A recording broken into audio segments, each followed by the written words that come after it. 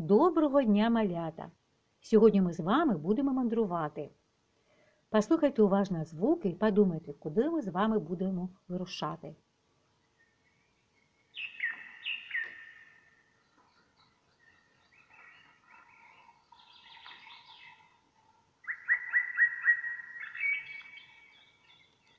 Це звуки лісу, спів птахів та шум листя. Ліс – це велика екосистема, в якої багато дерев, кущів, квітів, тварин, птахів, комах. Це великий гарний дім. Він може бути дуже різноманітним. Подивіться, як дивовижно виглядає ліс навесні.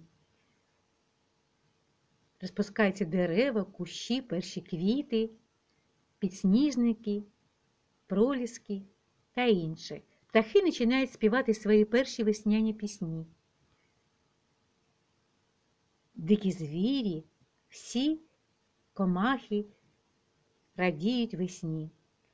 Послухайте загадку. Він живе далеко в хащах. Мабуть, там йому найкраще. Не боїться він нікого. Дуже гострі зуби в нього. Правильно, це вовк. Він живе у лігві.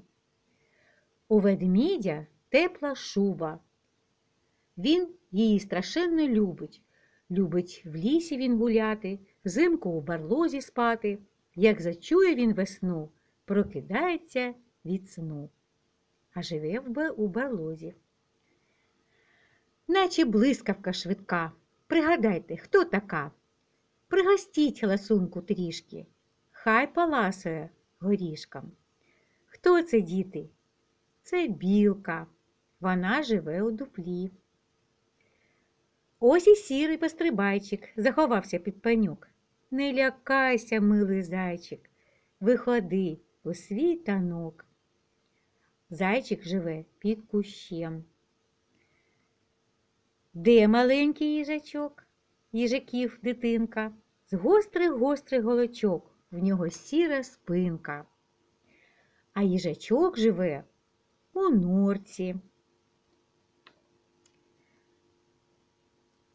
Добре всі знають хитру куму. В гості не кличуть, знаєш чому. Як завітає хитрунка рода, зайчатам і мишкам настане біда. Хто це, діти? Це лиса. Вона живе у норі. Знов весняної пори хатку лагодять бобри. На водоймі виріс дім. Найбезпечніше у нім. Бобри вміють будувати собі хатинку на водоймі. А зараз давайте ми з вами пограємо в гру «Хто де живе». Пригадайте, де чия хатка. У ліси нора, у бобра хатка на водоймі, у їжака кущ, у вовка лігво, у ведмідя барліг, а у білочки дупло. Молодці! Ось і закінчилася наша подорож. Ліс – це диво, ліс – це казка. Тож приходьте в ліс, будь ласка, але завжди пам'ятайте, диво ліс оберігайте. До нових зустрічей!